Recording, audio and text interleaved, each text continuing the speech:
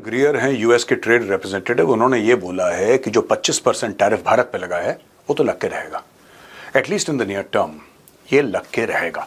America बहुत नाखुश है और अमेरिका का ये कहना है कि साहब हमने भारत को बड़ा समझाया, भारत को धमकी भी दी, प्यार से भी बात करी, लेकिन भारत जो है वो मान नहीं रहा है। आपको याद होगा अमेरिका ये चाहता है कि भारत ना तो रूस से हथियार खरीदे ना तेल खरीदे, और मुझे ऐसा लगता है कि इनके पीछे दो मुख्य कारण हैं दोस्तों। एक जमाना था जब ट्रंप बहुत अच्छा दोस्त अपने आप को बताता था पुतिन का, और जितने भी स्ट्रॉन्ग लीडर्स हैं दुनिया भर में उनको बड़ा मानता था ये, जैसे कि शी जिनपिंग। उसको लगता था शी जिनपिंग बड़ा स्ट्रॉन्ग लीडर है। यहां तक कि ट्रंप मिला किम जोंग उन से, जिससे कोई मिलना पसंद नहीं करता, उससे मिला जाके। तो दोस्तों ये ट्रंप ने अपने आप को प्रोजेक्ट करा। हुआ ये कि जब रूस और यूक्रेन की लड़ाई तीसरे साल में चल पड़ी थी, तीसरे साल में आ गई थी लड़ाई, और उसके बाद जिस तरीके से बढ़ रही थी, उसके कुछ ही हफ्ते पहले ट्रंप ने पदभार संभाला दूसरी बार यूएस के राष्ट्रपति का। अब ये जो पदभार संभाला उसने, उसके बाद उसने वादा कर ही दिया था, ये हम कई बार डिस्कस कर चुके हैं कि 24 घंटे के अंदर मैं ऐसा खत्म कर दूंगा, फिर वैसा हो जाएगा, फिर ऐसा हो जाएगा, फिर मैं पुतिन को फोन करूंगा, पुतिन बोलेगा तू तो मेरा भाई है और हम सब हथियार डाल रहे हैं और चलो वॉशिंगटन में पार्टी करते। ये सारा का सारा इसने प्रचार करा। हुआ ये कि पुतिन को खुश करने के चक्कर में इसने ज़ेलेंस्की को भी गालियां दी, खूब ज़ेलेंस्की को व्हाइट हाउस में बुलाया, जलील करा कि तू ऐसा, तू निकम्मा, तू नाकारा, निखट्टू, दुनिया भर की बातें उसको बोली। बोला कि यार you are not grateful enough, तुमने थैंक यू नहीं बोला, और पूरा उसको जलील करा अच्छी तरीके से। अच्छा, ज़ेलेंस्की जो है पुराना चावल है दोस्तों। ज़ेलेंस्की को इन सब चीज़ों का फर्क नहीं पड़ता कि कोई इसको जलील करे ना करे, बेइज्जत करे। जब तक आप ज़ेलेंस्की इज लाइक पाकिस्तान, ठीक है, आप बेइज्जती कर सकते हो, आपको अधिकार है ज़ेलेंस्की की बेइज्जती करने का, प्रोवाइडेड पेमेंट ठीक टाइम पे पहुंच जाए।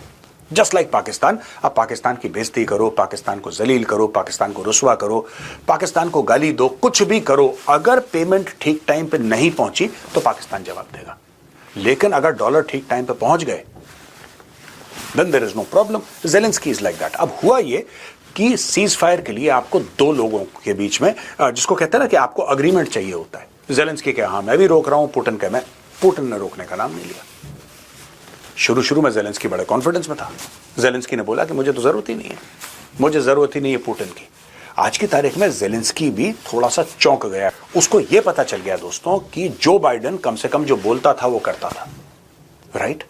ट्रंप का है जो बोलता है, सोचता है और करता है, वो तीन मुख्तलिफ चीज़ें हैं, अलग अलग चीज़ें, उनके बीच में कोई कनेक्शन है नहीं। अब ज़ेलेंस्की भी कह रहा है कि मैं तो डायरेक्टली बात करूंगा। अच्छा, यहां पे भारत का एंगल क्या आ गया? भारत के ऊपर टैरिफ लगाए क्योंकि तेल हथियार आप मत खरीदो रूस से, क्योंकि आप जब ये खरीदते हो तो रूस को पैसा मिलता है, जिससे कि रूस लड़ाई लड़ रहा है यूक्रेन से और यूक्रेन इसको मार रहा है। जाहिर सी बात है। अब यहां पे प्रधानमंत्री मोदी ने एक बहुत बड़ा पुश करा है, भारतवासियों को यह बोला है कि भाई जो खून पसीने से किसी भारतवासी ने कोई चीज बनाई है आप उसी को खरीदिए, ये पुश। और दोस्तों यहां पे इस वीडियो के द्वारा मैं दोबारा एक बार रिक्वेस्ट करना चाहता हूं। I wish to request the Prime Minister of India with folded hands, Modi ji मेरी आपसे विनती है हाथ जोड़ के, सर अगर हम लोग ये चाहते हैं कि भारत में बने, उससे पॉलिसी बहुत जरूरी है उसके लिए। लेकिन ना पॉलिसी एक चीज होती है, दूसरी चीज एटीट्यूड ऑफ द मासेस, ये भी बहुत बड़ी बात है। अभी देखिए मैं देखिए दोस्तों को इमोशनल बात नहीं कर रहा, प्रैक्टिकल बात कर रहा हूं। अभी कुछ महीने बाद दिवाली आएगी, जितनी भी घर में दिए जलेंगे, लड़ियां सब चाइनीज, सब के सब चाइनीज, राइट। हम ये कहते हैं कि हम ये बनाएंगे वो। आपके घर में जो दिवाली में जो भगवान की कई जगह जो स्टैचूज आते हैं, भगवान के जो आइडल्स आती हैं, right, they people import from outside. ये बात सच है, आपको बुरी लगेगी लेकिन ये सच है।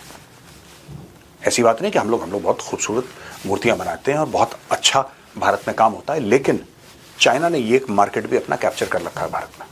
अब इसको कैसे हमें कंट्रोल करना है, मैं आपको एक बात बताता हूं, और इसकी छोटी सी पहल अगर सरकार कर दे तो बहुत फायदा हो जाए। फ्लिपकार्ट है, अमेजॉन है, कितने ऑनलाइन प्लेटफॉर्म्स हैं जिसमें सामान बिकता है, माल बिकता है, हम लोग खरीदते हैं। ब्लिंकिट हो गया, ज़ेप्टो हो गया, मतलब कितने ही हैं। अगर सरकार, और ये बात मैं कई बार पहले कह चुका हूं, अगर सरकार सिर्फ एक काम कर दे, सिर्फ एक काम कर दे सरकार, और सरकार ये कह दे कि जो भी सामान आप खरीद रहे हैं उसमें कंट्री ऑफ ओरिजिन का, उस फोटोग्राफ में, जैसे प्रोडक्ट की फोटोग्राफ होती है, ये ग्लास है पानी का, अगर मैं ये ग्लास खरीद रहा हूं, उदाहरण से मैं अमेजोन से या फ्लिपकार्ट से खरीद रहा हूं ये ग्लास, इस ग्लास में ये अगर बोलता है कि ये ग्लास 6 ग्लासेस का एक सेट है और माना कि ये 1000 रुपए का है फॉर एग्जांपल, और मुझे अच्छे लग गए, मैंने बोला मैं तो खरीदूंगा 1000 रुपए का ये 6 ग्लासेस का सेट। ऊपर लिखा रहना चाहिए, अगर इंडिया है तो वहां पे इंडिया का फ्लैग हो और नीचे इंडिया लिखा हो साफ, तो इट इज अंडरस्टूड कि ये कंट्री ऑफ ओरिजिन है। अगर ये चाइनीज है तो वहां पे चाइनीज फ्लैग, अगर वो अमेरिकन है तो अमेरिकन, अगर कुछ भी हो तो वहां पे उस चीज का दाम और कंट्री ऑफ ओरिजिन, जैसे दाम लिखना जरूरी है ना, प्रोडक्ट का फोटोग्राफ लगाना जरूरी है, उसी तरीके से government law should make it absolutely mandatory and a must to put the country of origin right in front. आपको कंट्री ऑफ ओरिजिन मिल जाएगा उसका, लेकिन आपको नीचे स्क्रॉल करना पड़ता है और कई लोगों में इतना पेशेंस नहीं होता। लोग कहते हैं अच्छी चीज है यार, दिखने में अच्छी है, मैं पहले भी एक बार इस्तेमाल कर चुका हूं, it's a very good thing, अच्छे दामों पर मिल रही है, 30-40% ऑफ है, चलो क्लिक करो। भाई फिर आत्मनिर्भरता कहां से आएगी? पॉलिसी बनाना बहुत जरूरी है जो मोदी जी बना रहे हैं, I support it wholeheartedly. Make in India को मैं पूरी तरीके से सपोर्ट करता हूं, लेकिन बाय फ्रॉम एन इंडियन भी होना चाहिए। एक मेक इन इंडिया तो एक चीज है, बाय फ्रॉम एन इंडियन जो हम लोग कह रहे हैं, हमें पता ही नहीं लगता। आपको क्या लगता है कि लोग जाते हैं वहां पे खरीदने के लिए सामान बाजार में और वो पूछते हैं अच्छा कोई चाइनीज है माल, अच्छा चलो मुझे आज चाइनीज माल खरीद, ऐसा कोई नहीं करता, ऐसा कोई भी नहीं करता। Nobody wants to buy Chinese because you know कि मैं पूछ के कि मांग के कि ये चाइनीज है, नहीं, ऐसा नहीं होता। बात यह है कि लोगों को आधे समय तो पता ही नहीं रहता, सामान देखते हैं, क्वालिटी देखते हैं, उसकी कॉस्ट देखते हैं और they make the decision to buy. तो अगर हम ये चाहते हैं, मैं सिर्फ चाइना की बात नहीं कर रहा, कोई भी देश हो, I am not saying simply China, it could be America, it could be Europe, it could be any country, the country of origin for that product must be written very very categorically। at least हम online से शुरू कर सकते हैं, online से शुरू करके फिर जो भी जितनी भी शॉप्स हैं, एक कानून ऐसा पारित करा जाए सरकार की ओर से कि everybody must very prominently display. दोस्तों लोग नहीं देखते इंपोर्टेड फ्रॉम चाइना, वो नहीं, कहीं नीचे कौन, नोबडी लुक्स एट इट यार, नोबडी लुक्स एट इट। जिसको खरीदना वो खरीदता है, it should be very clear, it should be categorical, बड़े बड़े अक्षरों में मेड इन चाइना लिखा रहना चाहिए, made in the United states of America. साफ सीधा लिखवाइए तो लोगों के फिर चॉइस की बात आ जाती है। फिर मैं चाहूं खरीदना चाइनीज तो मैं खरीदूं, लेकिन कोई ये नहीं कह सकता कि मुझे पता नहीं था, राइट? क्योंकि पता था, क्योंकि मोटे अक्षरों में आपके मुंह के सामने लिखा है। यहां पे जो एक्सपोर्टर्स हैं जिनको खासा नुकसान होने वाला है टैरिफ की वजह से और बाकी चीजों की वजह से, दोस्तों ये कह रहे हैं कि फाइनेंशियल असिस्टेंस चाहिए। Request include interest subsidies, extension of incentive schemes, remission of duties and taxes on exported products, rebate of state and central taxes and levies, timely payments, and even direct shipping line to the US to reduce friction. The government has ruled out traditional subsidies but is open to innovative support including re-evaluating bank risk models for small exporters. देखिए मैं एक और चीज़ बताता हूँ, मुझे ऐसा लगता है कि इंडिया को ना, अब जैसे कि इजराइल के साथ हमारी जो ट्रेड एग्रीमेंट चल रही है वो कितने सालों से चल रही है यार, and Israel is a friendly nation. अब लोग कहते हैं कि इसमें समय लगता है, कितना समय लगता है? I think countries should come together and fast track it. और मैं क्यों कह रहा हूं आपसे, ये जो पूरा ट्रंप वाला मामला है ना दोस्तों, ये ट्रंप वाला मामला, ये ठीक है, ट्रंप अभी 3.5 साल और है कुर्सी पर विराजमान, और जब ट्रंप बिल्कुल जिसको कहते हैं कि रिटायर हो जाएगा, तब ट्रंप तकरीबन आपका हो जाएगा 83 साल का, 83 ईयर्स का, जब ट्रंप छोड़कर जाएगा। उसके बाद ट्रंप दोबारा नहीं बन सकता, लेकिन उसकी पॉलिसीज का जो डैमेज है वो उसके जाने के बाद सेम डे रिवर्स नहीं होने वाला।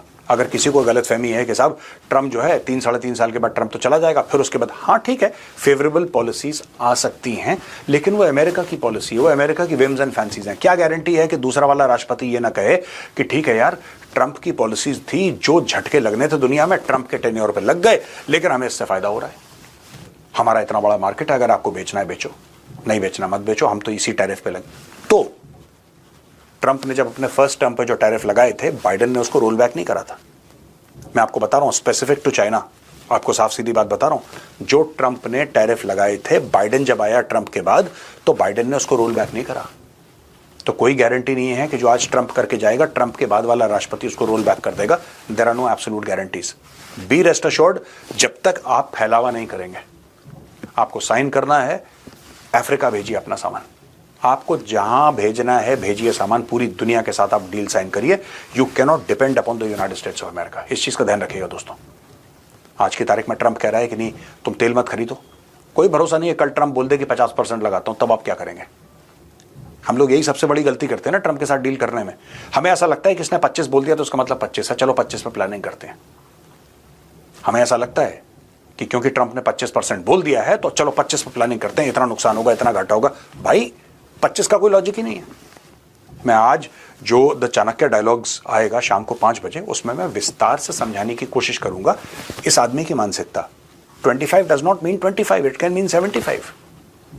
वो सवेरे उठता है, बिस्तरे के किस छोर से उठता है और उसका मूड क्या करता है, उसके हिसाब से टैरिफ लगाता है। वरना कोई, मैं चैलेंज करता हूं, आप लिखिए यहां पे नीचे कमेंट सेक्शन में लिखिए और मुझे 25 का लॉजिक बता। मैं ये नहीं कह रहा 25 ऊंचा है नीचा है, मैं उसकी बात नहीं कर रहा। वो तो जो देश होता है उसकी मर्जी होती है, वो लगा सकता है, लेकिन लॉजिक होता है ना किसी भी चीज का। 25 का क्या लॉजिक है? कुछ नहीं। 500% टैरिफ लगाऊंगा अगर तेल लोगे तो, उसका क्या लॉजिक है? कुछ नहीं। ट्रंप का मन है। अब भाई ट्रंप के मन को तो मोदी जी कंट्रोल नहीं कर सकते, कोई भी दुनिया का शी जिनपिंग हो, पुतिन हो, कोई भी कंट्रोल तो नहीं कर सकता ट्रंप के मन को। तो आपको अपने आप को मजबूत करना है कि this over reliance on America and exports to America will sink your economy, will sink your country one day, economically speaking. Be very very careful. आपको क्या करना है, और जितना आप फैलावा करेंगे पूरी दुनिया में उतना आपके लिए भरा है। अमेरिका के साथ भी आप ट्रेड कीजिए, आपको कोई मना नहीं कर रहा। नोबडी इज सेइंग कि don't trade with America, do trade with America, दबा के ट्रेड करिए अमेरिका के साथ। लेकिन एक बात ध्यान रखिएगा, डिपेंडेंस ऑन अमेरिका और over dependence on America will be extremely dangerous for India.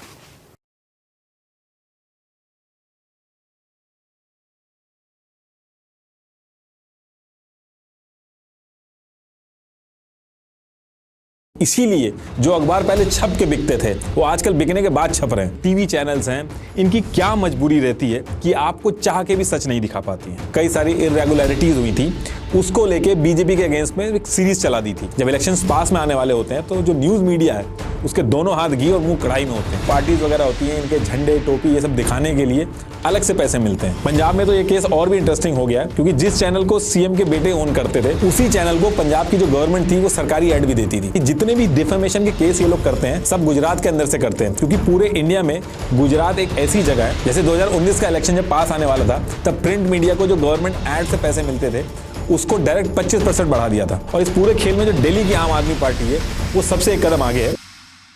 तो इन सारी चीज़ों को समझने के लिए इसका पूरा स्ट्रक्चर समझना बहुत ज़रूरी है। मेनली जो इन्फॉर्मेशन हमारे पास फ्लोट होती है वो न्यूज़पेपर्स, टीवी चैनल्स और न्यूज़ एजेंसीज जो होती है उनके थ्रू होती है। और भी कई तरीके हैं जैसे रेडियो, मैगजीन, सोशल मीडिया, लेकिन देश का जो ओपिनियन है मेनली वो इन्हीं 3 चीज़ों से मिलकर बनता है। और पॉलिटिकल पार्टीज भी इन तीनों चीज़ों को कंट्रोल करना चाहती हैं। अब आप में से कुछ लोग कह सकते हो कि न्यूज़पेपर और टीवी न्यूज़ चैनल्स के बारे में तो हमने सुना है, लेकिन ये न्यूज़ एजेंसीज क्या होती हैं? तो देखिए, न्यूज़ एजेंसीज जो होती हैं वो काफ़ी बड़े लेवल पर ऑपरेट करती हैं और न्यूज़ निकालती हैं और उस न्यूज़ को इन न्यूज़पेपर और न्यूज़ चैनल्स को बेचती हैं। यहाँ तक कि सरकारी न्यूज़ चैनल जो हैं जैसे डीडी न्यूज़ वगैरह वो भी इसी न्यूज़ एजेंसी से न्यूज़ लेते हैं। न्यूज़ एजेंसी का जो स्ट्रक्चर होता है वो काफ़ी बड़ा होता है, इनका ऑपरेशन बहुत ही बड़ा होता है। पूरे वर्ल्ड में इनके ऑफिसेज और रिपोर्टर्स होते हैं। इंडिया की न्यूज़ एजेंसी की बात करें तो press trust of India PTI, Uni United news of India, आपने एएनआई का नाम सुना होगा, एशियन न्यूज़ इंटरनेशनल, ये इंडिया की न्यूज़ एजेंसीज हैं। अगर मैं पीटीआई का एग्जांपल लूँ तो पीटीआई की खुद की सैटेलाइट है।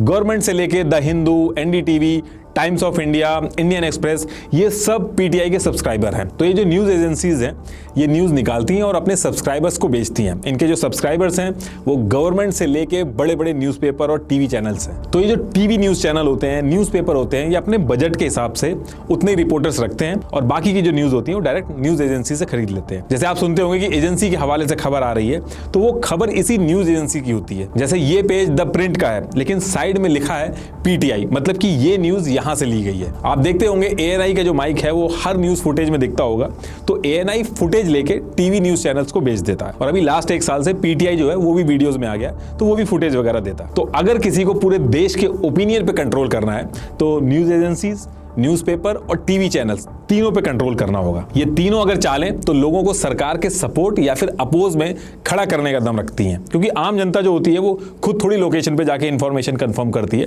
वो तो इन सब के थ्रू जो बताया जाता है वही मानती है। अब अगर ये तीनों मिलकर बैक टू बैक न्यूज देने लगे कि अगले क्वार्टर में इंडिया सुपर पावर हो जाएगा, तो आप अलग अलग डिपार्टमेंट में आरटीआई डाल के खुद सारा डेटा नहीं कंफर्म करते हो, आप मान लेते हो। न्यूज मीडिया जो होती है वो किसी भी देश के लिए सबसे इंपॉर्टेंट चीज होती है, इसलिए इसको फोर्थ पिलर ऑफ डेमोक्रेसी भी बोला जाता है।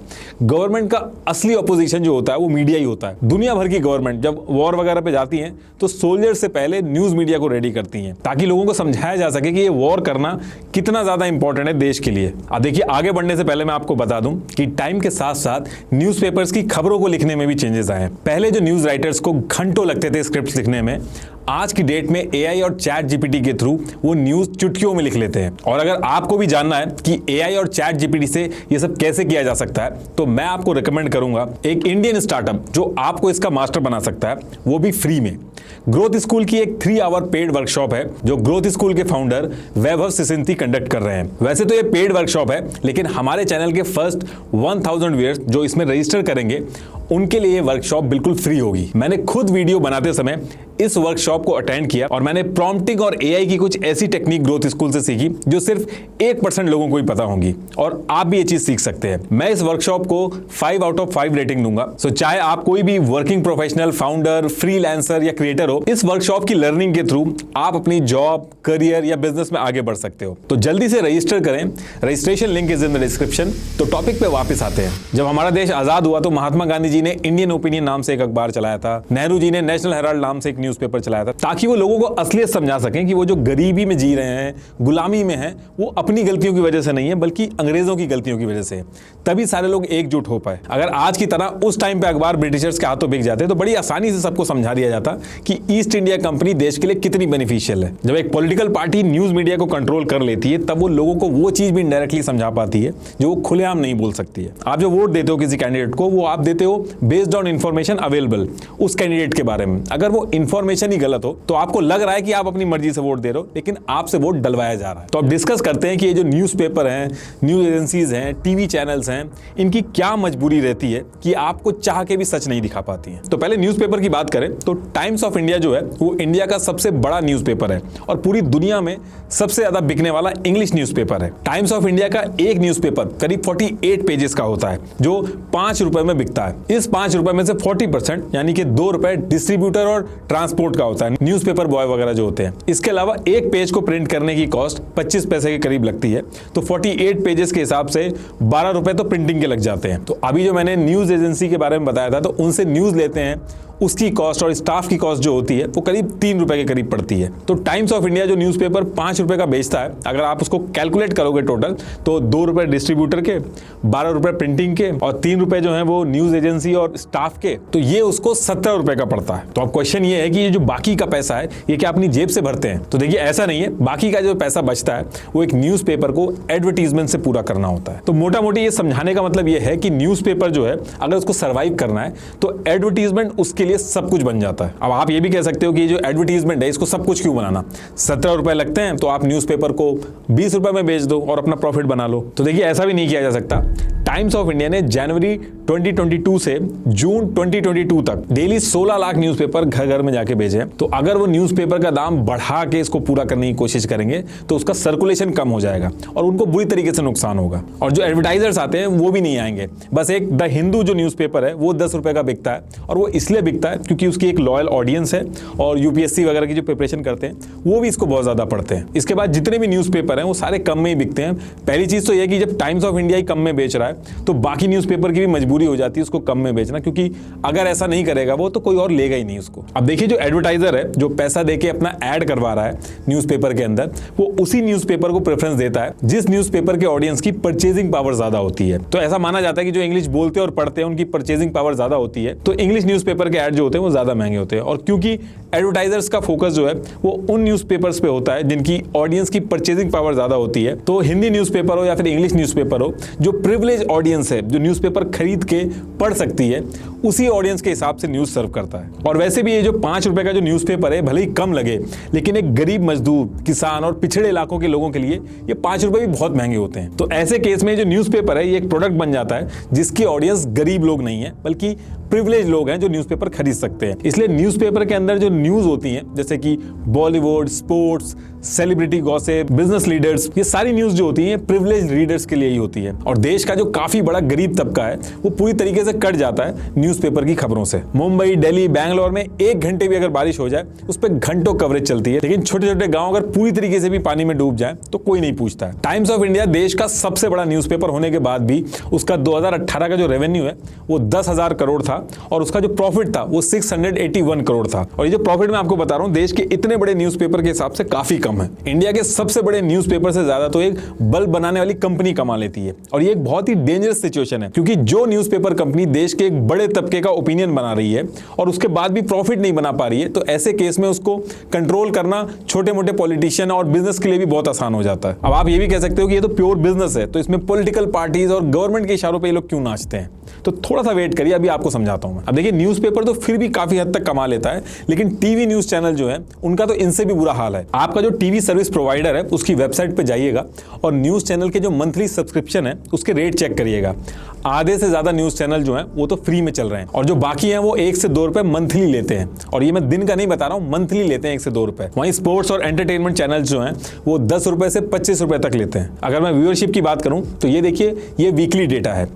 एंटरटेनमेंट और स्पोर्ट्स चैनल जो हैं वो व्यूअरशिप में बहुत आगे हैं, इसलिए यहाँ पे भी सारा जो एडवर्टीजमेंट है वो स्पोर्ट्स चैनल और एंटरटेनमेंट चैनल के पास चला जाता है। अब देखिए, एक न्यूज़ चैनल चलाने में करोड़ों रुपए लगते हैं, लेकिन सब्सक्रिप्शन से इनकी, तो इसलिए मसाला और भूत प्रेत की जो न्यूज़ होती हैं उसको दिखा के ये लोग व्यूअरशिप मेंटेन करते हैं, ताकि एड्स कम से कम थोड़े बहुत तो आते रहें। अगर हम बाहर के देशों के न्यूज़ चैनल्स की बात करें तो वो अपनी 70% कमाई जो है वो टीवी चैनल्स के सब्सक्रिप्शन से ही पूरा कर लेते हैं। उनकी डिपेंडेंसी एडवर्टीजमेंट पे उतनी नहीं है जितनी इंडिया के अंदर है। बाहर के न्यूज़ चैनल डॉक्यूमेंट्री वगैरह भी काफी हाई क्वालिटी बनाते हैं, ताकि जिन लोगों ने उनको सब्सक्राइब किया उनको क्वालिटी कंटेंट मिले। जो हाउस ऑफ कार्ड जो सीरीज है उसकी एक सीरीज की कॉस्ट 30 करोड़ रुपए है, वहीं बिग बॉस का एक एपिसोड 4 करोड़ के करीब बन जाता है, और उससे ज्यादा व्यूअरशिप आती है बिग बॉस की। यूके के अंदर एक आदमी को टीवी चैनल देखने के लिए लाइसेंस लेना होता है, वो करीब होता है 159 पाउंड का, तो करीब 14,000 रुपए के लगभग पड़ता है। तो यूके के जो BBC वगैरह हैं, इनके पास इंडियन न्यूज चैनल के कंपैरेटिवली ज्यादा फंड्स होते हैं, इसलिए उनके कंटेंट की क्वालिटी भी ज्यादा होती है। तो देखिए, अभी तक के डिस्कशन में आपको ये समझ में आ गया होगा कि न्यूज़पेपर हो या फिर टीवी चैनल्स, सबके सर्वाइवल के लिए एडवर्टीजमेंट कितना जरूरी है। और इंडिया के अंदर जो सबसे बड़ा एडवर्टाइजर है वो है सेंट्रल और स्टेट गवर्नमेंट। एक कंपनी के कंपैरेटिवली गवर्नमेंट के पास हजारों स्कीम्स, ऑफर्स, डिपार्टमेंट और प्रोजेक्ट्स होते हैं प्रमोट करने के लिए। जैसे सरकारी बैंक जो होते हैं उनकी अलग अलग योजनाएं होती हैं, लाइफ इंश्योरेंस कॉर्पोरेशन, अलग अलग टूरिज्म बोर्ड्स, रेलवेज, सरकारी इंडस्ट्रियल्स, माइनिंग कंपनीज, बहुत सारे एडवर्टीजमेंट होते हैं जो कि सरकारी होते हैं और ये इनको करवाने होते हैं। और ध्यान रखिएगा, ये जो मैं एडवर्टीजमेंट की बात कर रहा हूं ये गवर्नमेंट एडवर्टीजमेंट की बात कर रहा हूं। जो पॉलिटिकल पार्टीज चुनाव के टाइम पे ऐड करती हैं वो अलग है इससे। हमने भले ही लास्ट लोकसभा इलेक्शन में 60,000 करोड़ से ज्यादा खर्च किए हों, भले ही हम पूरे वर्ल्ड में इलेक्शन में सबसे ज्यादा पैसा खर्च करते हों, लेकिन इन सबसे कहीं ज्यादा पैसा हमारी गवर्नमेंट को अपनी अलग अलग गवर्नमेंट स्कीम को लोगों तक पहुंचाने के लिए खर्चा करना होता है। तो इसलिए जब कोई पॉलिटिकल पार्टी जीत के पावर में आती है तो उसके हाथ में ये पावर होती है कि एडवर्टीजमेंट किसको देना है। तो मोटा मोटी आप इस तरीके से इसको समझ लीजिए कि गवर्नमेंट जो है वो इन newspaper, news agencies, TV channels की सबसे बड़ी कस्टमर है, यानी कि ग्राहक है। और ये हमेशा से चलता आया है कि सेंट्रल गवर्नमेंट हो, पहले की गवर्नमेंट हो, स्टेट गवर्नमेंट हो, उनके अगेंस्ट में जब भी न्यूज मीडिया लिखता है तो उनके एडवर्टीजमेंट बंद हो जाते हैं। जैसे 2019 के इलेक्शन के टाइम पे जो द हिंदू न्यूज़पेपर था, उसने रफाल डील में कई सारी इरेगुलरिटीज हुई थी, उसको लेके बीजेपी के अगेंस्ट में एक सीरीज चला दी थी। ऐसे ही टाइम्स ऑफ इंडिया ने एक सीरीज चलाई थी जिसमें उन्होंने लोकसभा इलेक्शंस के टाइम पे पीएम मोदी के मॉडल कोड ऑफ कंडक्ट को वॉयलेट करने पे खबरें चलाना स्टार्ट कर दी थी। और फिर जब 2019 में गवर्नमेंट जीत के आई तो times of India, the Hindu, economic Times, the telegraph और एबीपी, जिसको आनंदा बाजार पत्रिका कहते हैं, ऐसे न्यूज़पेपर के एडवर्टाइजमेंट बंद कर दिए थे। ये कहना था अधीर रंजन चौधरी का, जो कांग्रेस के लीडर थे। अधीर रंजन चौधरी ने लोकसभा में खड़े होकर बोला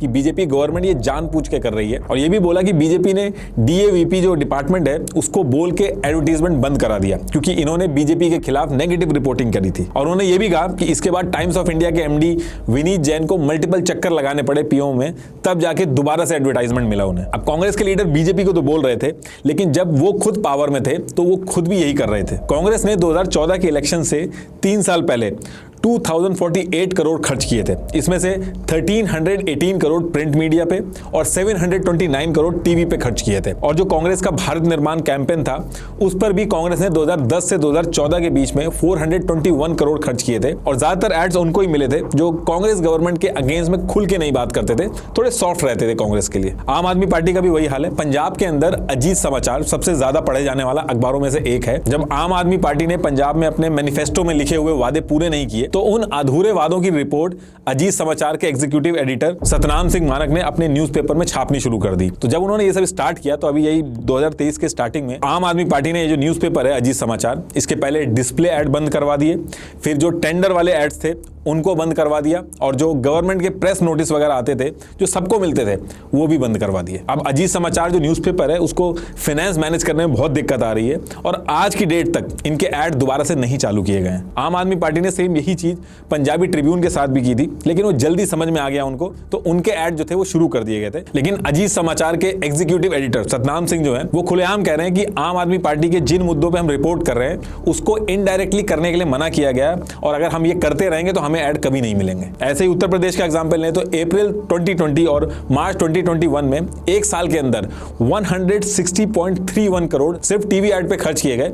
इसमें सबसे ज्यादा जो पैसा था वो नेटवर्क 18 को मिला, और मार्च 2022 के आसपास ये फंड मिला था। और उसके बाद से आप अगर रिपोर्टिंग देखोगे नेटवर्क 18 रिपोर्टिंग करते हुए, इंटरव्यू लेते हुए अपने जो एडवर्टाइजर हैं उनके खिलाफ सॉफ्ट दिखेंगे। और इस पूरे खेल में जो दिल्ली की आम आदमी पार्टी है वो सबसे एक कदम आगे है। दिल्ली में आम आदमी पार्टी ने बायोडिकम्पोजर लॉन्च किया।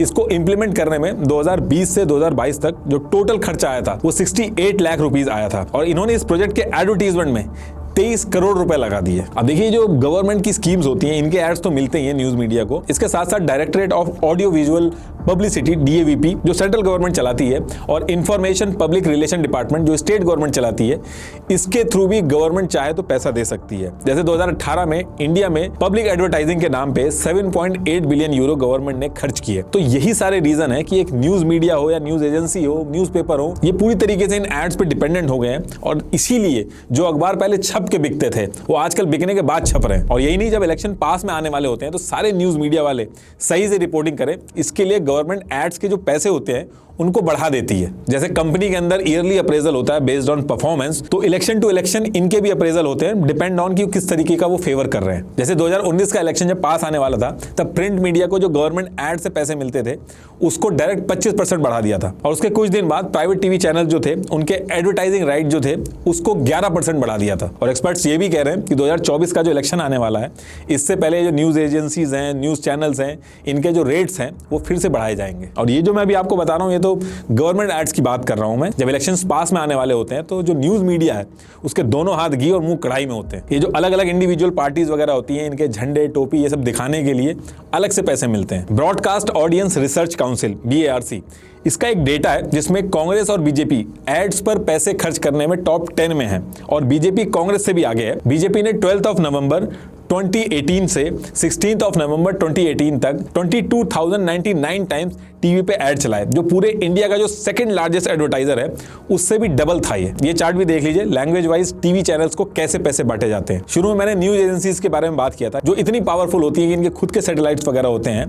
गवर्नमेंट ऐड पे इनकी भी डिपेंडेंसी होती है। आपको एक एग्जांपल समझाता हूं। जैसे पीटीआई इंडिया की सबसे बड़ी न्यूज एजेंसी है, इसने 2020 में गलवान वाला जो इशू चल रहा था, इसने चाइनीज एम्बेसडर का इंटरव्यू लिया इंडिया के अंदर ही। अब देखिए जो चाइनीज एम्बेसडर है वो चाइना का ही महिमा मंडन करेगा और इंडिया की कमियां गिनवाएगा, तो उसने वैसे ही किया किया, लेकिन पीटीआई जो इंटरव्यू ले रहा था उसने हार्ड हिटिंग क्वेश्चंस नहीं पूछे। अगर आप वो इंटरव्यू देखोगे तो इधर से पीटीआई वाले कुछ काउंटर ही नहीं कर पा रहे थे। खाली 3 बेसिक क्वेश्चन पूछे उन्होंने और साफ लग रहा था जैसे पहले से ही वो क्वेश्चंस डिसाइडेड हो। और जो चाइनीज एम्बेसडर था वो बैक टू बैक कमी निकाल रहा था इंडियन गवर्नमेंट की और इंडिया की बुराई कर रहा था। अब इसका जो नुकसान था वो गवर्नमेंट का हुआ। एक तरफ गवर्नमेंट कह रही है कि 1 इंच जमीन भी हमने नहीं दी है अपनी, हमारी कोई गलती नहीं है, और उधर चाइनीज एम्बेसडर इतने बड़ी न्यूज एजेंसी, पीटीआई बहुत बड़ी न्यूज एजेंसी है, उसके सामने इंडियन गवर्नमेंट की बुराई कर रहा है। गवर्नमेंट को यह बात अच्छी नहीं लगी। उनका कहना था कि चाइना जो है वो तो इंडियन एम्बेसडर को कभी अलाउ नहीं करता इंटरव्यू के लिए, और पीटीआई की वजह से देश की जो इमेज है वो खराब हुई है। तो अब इसके बाद हुआ क्या, देखिए पीटीआई का जो मेन कस्टमर है वो है पराशर भारती। पराशर भारती जो है उससे इतना पैसा लेती है। आरटीआई एक डाली गई थी तो उसमें पता चला था कि इतना पैसा लेती है, जो उस आरटीआई की कॉपी है। तो इसके बाद पराशर भारती ने लेटर लिखा पीटीआई से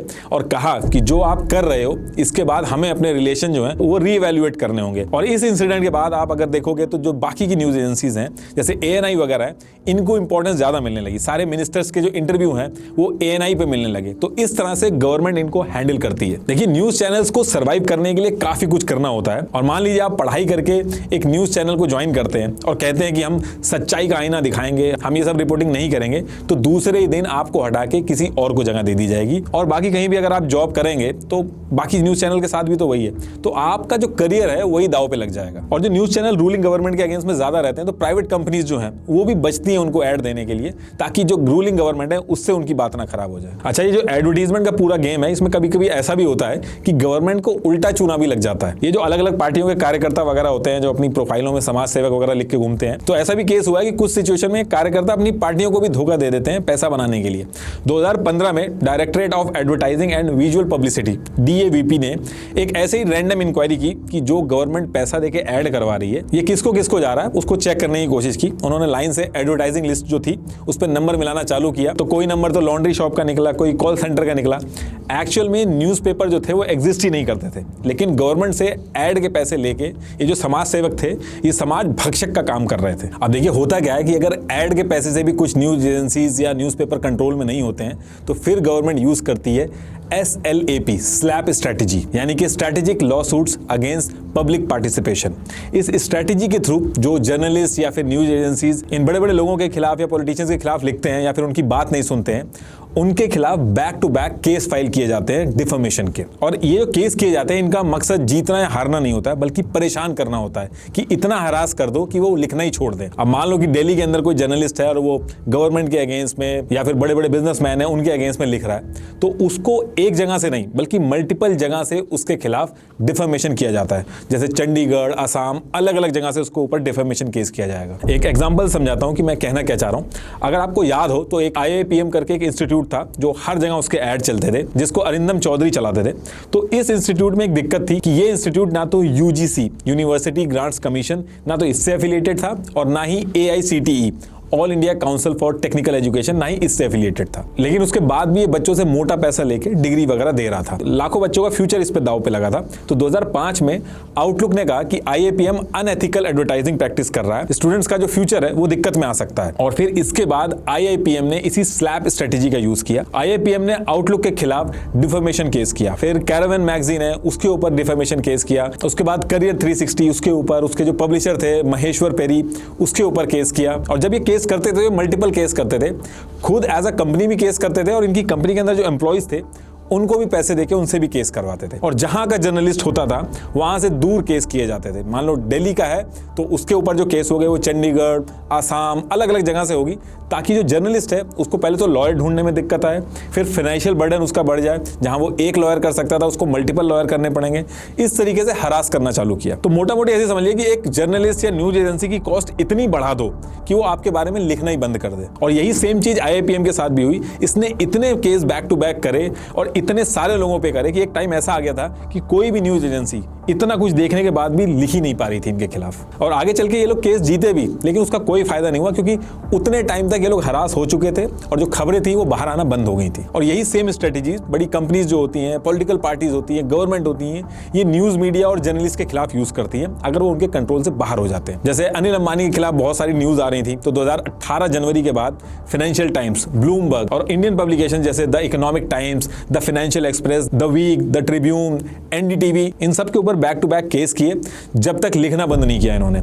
इसमें अडानी जी भी पीछे नहीं है, उन्होंने भी 2017 में इकोनॉमिक और पॉलिटिकल वीकली के ऊपर डिफेमेशन केस किया। अडानी पावर राजस्थान लिमिटेड ने न्यूज क्लिक वेबसाइट जो है उसके ऊपर केस किया। 3 अगस्त 2021 को Adani port and special economic zone limited ने अहमदाबाद कोर्ट में इकोनॉमिक टाइम्स के ऊपर केस कर दिए। कई ऐसे फ्रीलांस जर्नलिस्ट भी थे जैसे रवि नायर वगैरह, 19 अगस्त 2021 को उनके ऊपर भी डिफेमेशन केस कर दिए। और फिर ये ट्रेंड ऐसा चलता है कि जब तक केस होते हैं जब तक लिखना बंद ना हो जाए, और ये केस भी तभी बंद हुए जब लिखना बंद हो गया। और जब ये लोग केस करते हैं, चाहे बड़ा पॉलिटिशियन या बड़ा बिजनेसमैन, तो ये लोग बहुत ही बड़ा अमाउंट का केस करते हैं, जैसे 10,000 करोड़ का मानहानि का दावा। अब रूल ये कहता है कि जितने का आप केस करोगे उसका 1% आपको कोर्ट के अंदर जमा कराना पड़ेगा। मान लो आप 10,000 करोड़ का डिफेमेशन केस कर रहे हो तो आपको 100 करोड़ जो है वो कोर्ट के अंदर जमा करना पड़ेगा। इन केस वो आप केस हारते हो तो आपको देना पड़ेगा। अब केस आप जीतोगे आगे या नहीं जीतोगे ये तो किसी को नहीं पता, तो इतना अमाउंट तो कोई रिस्क पे डाल नहीं सकता। और जो इनकी इंटेंशन है वो भी केस जीतने हारने की नहीं है, इनकी जो इंटेंशन है वो परेशान करने की, इतना परेशान करो कि लिखना बंद हो जाए। तो इसका भी इन्होंने एक तोड़ निकाल रखा है कि जितने भी डिफेमेशन के केस ये लोग करते हैं सब गुजरात के अंदर से करते हैं, क्योंकि पूरे इंडिया में गुजरात एक ऐसी जगह है जहां पे मैक्सिमम फीस जो आप डिफेमेशन के लिए कर सकते हो वो 75,000 ही कर सकते हो। मतलब कि आप 10,000 का भी डिफेमेशन केस कर सकते हो, बस आपको 75,000 रुपए जमा करने हैं। तो ज्यादा अमाउंट रिस्क पे नहीं रहता है। वर्स्ट केस सिनेरियो में केस हार भी जाए तो 75,000 रुपए चले जाते हैं। लेकिन इन सब चीजों की वजह से इतना हरासमेंट होता है, इतने वकील लगते हैं, इतना ट्रैवल, इतना पैसा लगता है कि जो मीडिया इंडस्ट्री है और जो जर्नलिस्ट वगैरह है वो लिखना बंद कर देते हैं। तो ये स्लैब स्ट्रेटेजी है, ये भी यूज करते हैं लोग। अब एडवर्टीजमेंट का जो पैसा है उसको देके भी अगर मीडिया कंट्रोल में नहीं आता है, डिफेमेशन के केसेस जो हैं डरा धमका के उससे भी अगर मीडिया कंट्रोल में नहीं आता है, तो नेक्स्ट ऑप्शन आता है उसको खरीदने का। मीडिया कंसोलिडेशन के बारे में आप एक सर्च मारिएगा तो आपको पता चलेगा। इसमें बेसिकली ये है कि कुछ लोग पूरे मीडिया को कंट्रोल करके पूरे देश का ओपिनियन डिसाइड करते हैं। अब देखिए होता क्या कि बाकी इंडस्ट्री जो है उसके मुकाबले मीडिया कंपनीज जो हैं वो छोटी हैं, भले ही हजारों करोड़ कमाती हों लेकिन उनके कंपैरेटिवली काफी छोटी हैं। 2007 और 2008 का जो इकोनॉमिक बूम आया था उसमें बाकी कंपनीज तो बहुत ज्यादा ग्रो करी, लेकिन न्यूज मीडिया कंपनी जो थी उनका जो बिजनेस मॉडल था वो उतना इफेक्टिव नहीं था, तो वो हमेशा कर्जे में ही रहती थी। और यही वो टाइम था जब बड़े बड़े पॉलिटिशियंस, बड़े बड़े बिजनेसमैन ये न्यूज मीडिया को खरीदना शुरू किया इन्होंने। इंडिया के अंदर जितने भी न्यूज चैनल हैं उनमें से 1/3 या तो पॉलिटिशियन ओन करते हैं या फिर बिजनेसमैन ओन करते हैं जो पॉलिटिशियन से बहुत ही क्लोजली लिंक्ड है। और पहले के टाइम पे जब लोकल केबल डिस्ट्रीब्यूशन सिस्टम था तो उस टाइम पे तो लगभग 60% लोकल पॉलिटिशियन जो थे वो उसको ओन करते थे। ये देखिए ये है पूरा चार्ट कि कौन किसको चलाता है। लेकिन ये भी इनफ ना हो तो मैं और बता देता हूं कि कौन सा न्यूज चैनल को कौन सा बिजनेसमैन या फिर पॉलिटिशियन ओन करता है। ये लोग किसी एनजीओ या किसी समाज सेवा वाली कंपनी को ओन करें ना करें, लेकिन इनका इंटरेस्ट न्यूज मीडिया कंपनी में बहुत रहता है। नेटवर्क 18 इसके पास सीएनबीसी आवाज, सीएनएन न्यूज 18, न्यूज 18 इंडिया और सीएनबीसी टीवी 18 जैसे न्यूज चैनल्स हैं। और फर्स्टपोस्ट.com और मनीकंट्रोल.com जैसी वेबसाइट थी, ये भी इनके पास थी। न्यूज 18 के पास तो फॉर्ब मैगजीन जो है उसको छापने तक के लाइसेंस थे इंडिया के अंदर। रिलायंस फैमिली के अगेंस्ट में न्यूज 18 जो था वो काफी अच्छा नहीं लिखता था। ये लोग रिलायंस फैमिली के काफी खिलाफ थे और कई बार झड़प होने के बाद जब कोई ऑप्शन नहीं बचता है तो जनवरी 2022 में रिलायंस ने नेटवर्क 18 में 1700 करोड़ का इन्वेस्टमेंट किया और 2 साल बाद 30 मई 2014 को रिलायंस ने नेटवर्क 18 का पूरा कंट्रोल अपने पास ले लिया। अगर आपको याद हो तो उस पर्टिकुलर टाइम पे अरविंद केजरीवाल मुकेश अंबानी के गैस डील पर सवाल खड़े कर रहे थे। वो रोज टीवी पे आके मुकेश अंबानी के खिलाफ कुछ ना कुछ बोल ही रहे थे। अक्टूबर एंड नवंबर 2012 में अरविंद केजरीवाल ने 2 प्रेस कॉन्फ्रेंस की। उसमें उन्होंने कहा कि अंबानी के पास स्विस बैंक अकाउंट है जिसमें ब्लैक मनी है और रिलायंस इंडस्ट्री ने सरकार को ब्लैकमेल करने के लिए केजी गैस वेल जो है उसमें प्रोडक्शन कम कर दिया है। इसके 2 महीने बाद जनवरी 2013 में जिन न्यूज़पेपर ने केजरीवाल की जो प्रेस कॉन्फ्रेंस थी उनको लाइव ब्रॉडकास्ट किया था, उनको रिलायंस के लॉयर्स ने लीगल नोटिस भेजे। क्वार्ट्ज इंडिया की एक रिपोर्ट है, उसके हिसाब से नेटवर्क 18 ने खरीदने के बाद और जब सारे एम्प्लॉइज ने रेजिग्नेशन मार दिया उसके बाद रिलायंस के एग्जीक्यूटिव ने नेटवर्क 18 के जर्नलिस्ट के लिए एक टाउन हॉल मीटिंग करी जिसमें साफ समझाया गया कि अब अरविंद केजरीवाल को न्यूज मीडिया के अंदर दिखाने की कोई जरूरत नहीं है। इसी तरह जो बाकी चैनल्स हैं उनमें भी बड़े बड़े कॉर्पोरेट हाउसेस का पैसा लगा है। तो ये तो मैंने एक एग्जांपल के लिए बताया। इसी तरीके से बाकी जो न्यूज चैनल हैं उसमें भी बड़े बड़े कॉर्पोरेट हाउसेस का पैसा लगा है, जैसे कि इंडिया टुडे ग्रुप जो है जिसमें आज तक, इंडिया टुडे, ललन टॉप और न्यूज तक जैसे चैनल्स हैं, इसका 23.6% हिस्सा कुमार मंगलम बिरला और उनकी फैमिली ओन करती है। इसी तरीके से एशिया नेट न्यूज जो है उसको राजीव चंद्रशेखर ओन करते हैं जो बीजेपी से एसोसिएटेड है और अभी सेंट्रल गवर्नमेंट में ministry of state of skill development and entrepreneurship and electronics and information technology के मिनिस्टर। इन्होंने रिपब्लिक टीवी में भी शुरू में इन्वेस्ट किया था और डायरेक्टर भी थे, हालांकि अभी इन्होंने छोड़ दिया। जो लोग बहुमत है उसको दारदा फैमिली के विजय दारदा, जो 3 बार कांग्रेस पार्टी की तरफ से एमपी भी बने हैं, वो ओन करते हैं। ऐसे पंजाब में जो अकाली दल के प्रमुख हैं सुखबीर सिंह बादल और उनकी फैमिली पीटीसी न्यूज नेटवर्क को ओन करती है। इसके अलावा यही family cable TV distribution network को भी ओन करती है। पंजाब में तो ये केस और भी इंटरेस्टिंग हो गया है, क्योंकि जिस चैनल को सीएम के बेटे ओन करते थे, उसी चैनल को पंजाब की जो गवर्नमेंट थी वो सरकारी एड भी देती थी, और वो भी तब जब वो चैनल बिल्कुल जस्ट लॉन्च हुआ था। उसकी व्यूअरशिप वगैरह क्या है उसका कुछ पता नहीं था, उसके बाद भी उसको गवर्नमेंट एड मिले। 2008 में 3 चैनल थे, पीटीसी न्यूज, पीटीसी पंजाबी और पीटीसी चक दे। ये लॉन्च हुए और लॉन्च होते ही सरकारी एड्स मिलना चालू हो गए। न्यूज एक्स और इंडिया न्यूज जो उनके रीजनल चैनल जो हैं, वो हरियाणा के पॉलिटिशियन और फॉर्मर मिनिस्टर विनोद शर्मा के बेटे कार्तिक शर्मा ओन करते हैं। जी न्यूज जो है उसको सुभाष चंद्र और उनकी फैमिली ओन करती है। 2016 हरियाणा में इनको बीजेपी का सपोर्ट था। और जो तमिलनाडु का सबसे बड़ा मीडिया ग्रुप है सन टीवी, उसको कलानिधि मरन ओन करते हैं, जो तमिलनाडु के सीएम एमके स्टालिन के रिलेटिव हैं और डीएमके पार्टी को बिलोंग करते हैं। ये देखिए, ये है पूरा चार्ट कि कौन किसको चलाता है। अब देखिए, आधे घंटे तक मैं और भी बताता रहूंगा तो नाम खत्म नहीं होंगे। आप एक सर्च मारिएगा, कोई भी न्यूज चैनल है, आपको पता चल जाएगा कौन सा पॉलिटिशियन, कौन सा बिजनेसमैन उसके पीछे है। तो लास्ट में एक बार फिर से आपको बता दूं, एआई और चैट जीपीटी से सीख के अपने करियर में आगे बढ़ने के लिए do check out the workshop we have for the first 1000 people. Link is in the description. Thank you.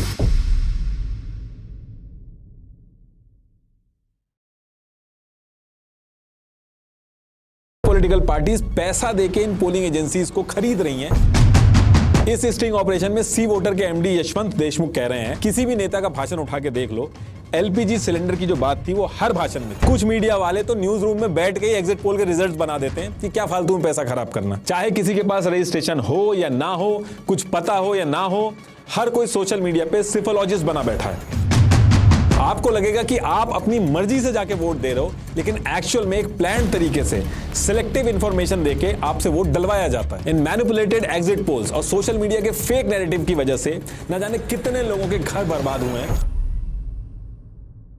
देखिए, आपने एक चीज नोटिस की होगी कि भले एक नेता की इलेक्शन के टाइम पे जमानत जब्त हो रही हो, लेकिन उसके बाद भी वो आखिरी दम तक कहता है कि वो भारी मतों से जीत के अपनी सरकार बना रहा है। अब ये बात ठीक है कि इससे उसकी पार्टी की हवा बनती है, लेकिन ऐसा भी क्या फायदा होता है इस चीज से कि छोटे से लेके बड़ा नेता अपनी क्रेडिबिलिटी को दांव पे लगा के अपनी बात खराब करता है और फिर अगले इलेक्शन में फिर से वही चीज रिपीट करता है। और इसके लिए करोड़ों रुपए खर्च किए जाते हैं। कई कई जगह पे तो फेक सर्वे और एग्जिट पोल्स के रिजल्ट जो होते हैं वो शेयर करवाए जाते हैं।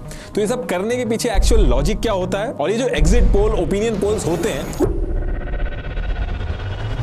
इनके रूल्स क्या हैं, इनको कैलकुलेट कैसे किया जाता है, नेता अपने भाषणों में इन सर्वेस का यूज किस तरीके से करता है, और एग्जिट पोल्स के रिजल्ट्स आते ही सेबी से इंक्वायरी की डिमांड क्यों उठने लगती है। तो ये जो एग्जिट पोल हैं, सर्वेज हैं, ये इतने इंपॉर्टेंट नहीं थे। पहले जब इलेक्शन होते थे तो जिस आदमी को जो पार्टी पसंद होती थी वो उसको वोट डाल के आ जाता था। लेकिन इलेक्शन के अंदर ये जो अलग अलग तरीके के सर्वे होते हैं, जो अलग अलग तरीके का डेटा कैलकुलेट किया जाता है, ये सारी चीजें डिस्कवर तो बाहर हुई और फिर धीरे धीरे करके इंडिया में आई। एक्चुअली हुआ क्या था, ईयर 1920 में एक जॉर्ज गैलप नाम का एक आदमी था, जिसने अपनी पीएचडी थीसिस में एक टेक्निक डेवलप कर ली थी, जिसमें वो कुछ सैंपल के बेसिस पे मास लेवल पे यूएस की जनता क्या सोचती है वो प्रेडिक्ट करने का तरीका निकाल लिया था उसने। और फिर कुछ टाइम बाद जॉर्ज जो था वो लोगों पे इस टेक्निक का यूज करता था, इनका सर्वे निकालता था और धीरे धीरे करके न्यूज़पेपर्स को बेचना चालू कर दिया उसने। लोगों को भी ये जो अलग अलग तरीके के पोल्स होते थे, जो यूएस की जनता क्या सोचती है, इसको जानने में बहुत इंटरेस्ट आया और जो न्यूज़पेपर थे उन्होंने भी खूब पैसा बनाया। और सबसे ज्यादा ये जो पोल था, गैलप पोल था, ये फेमस हुआ 1936 में। ईयर 1936 में गैलप पोल ने